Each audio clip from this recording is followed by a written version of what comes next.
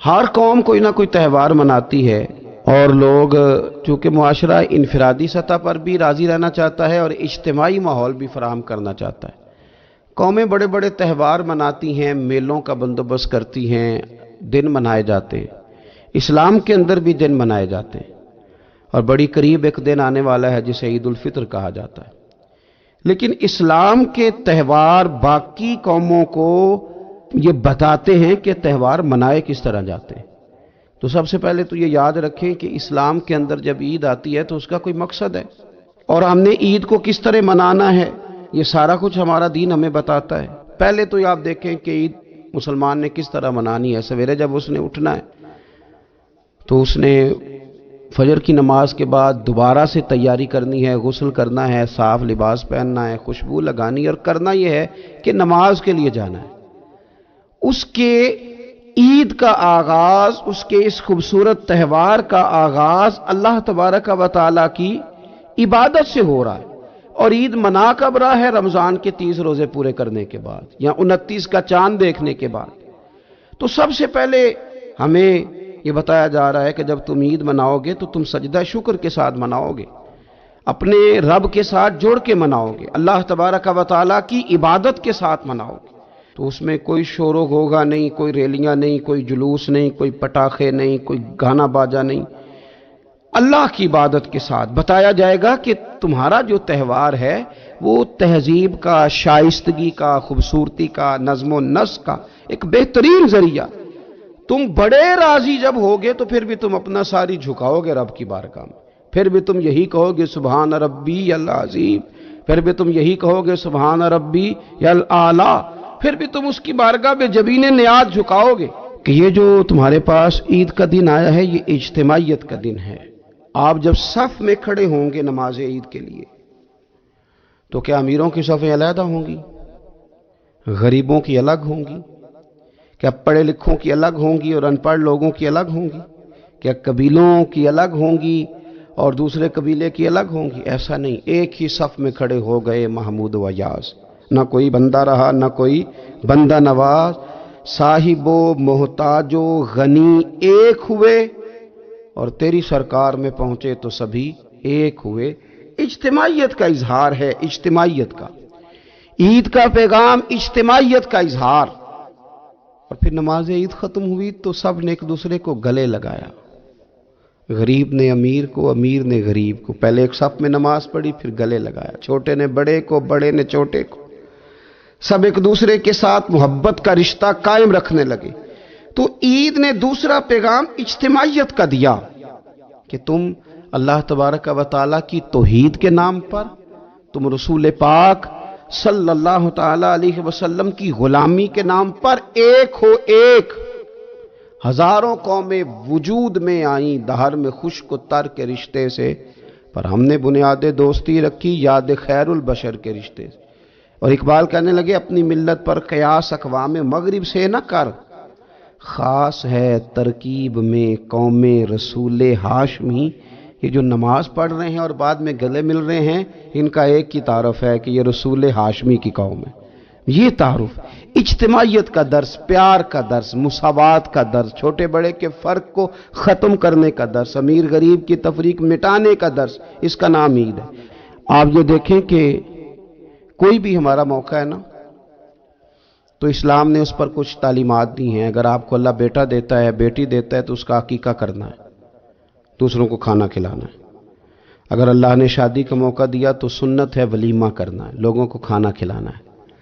اگر بڑی عید کا موقع آیا ہے تو قربانی رکھ دی گئی ہے، آپ گوشت کریں گے، اس کا ایک حصہ رشتہ داروں کو دیں گے، ایک حصہ غریب نادار لوگوں کو دیں گے۔ اور عید کا موقع آیا تو صدقہ فطر رکھ دیا گیا چھوٹی عید پہ، اور صاحب نصاب پر زکوٰۃ بھی فرض کر دی گئی، جو بالعموم رمضان میں ہی دی جاتی ہے۔ رمضان میں زیادہ تر مسلمان دینے کی کوشش کرتے ہیں۔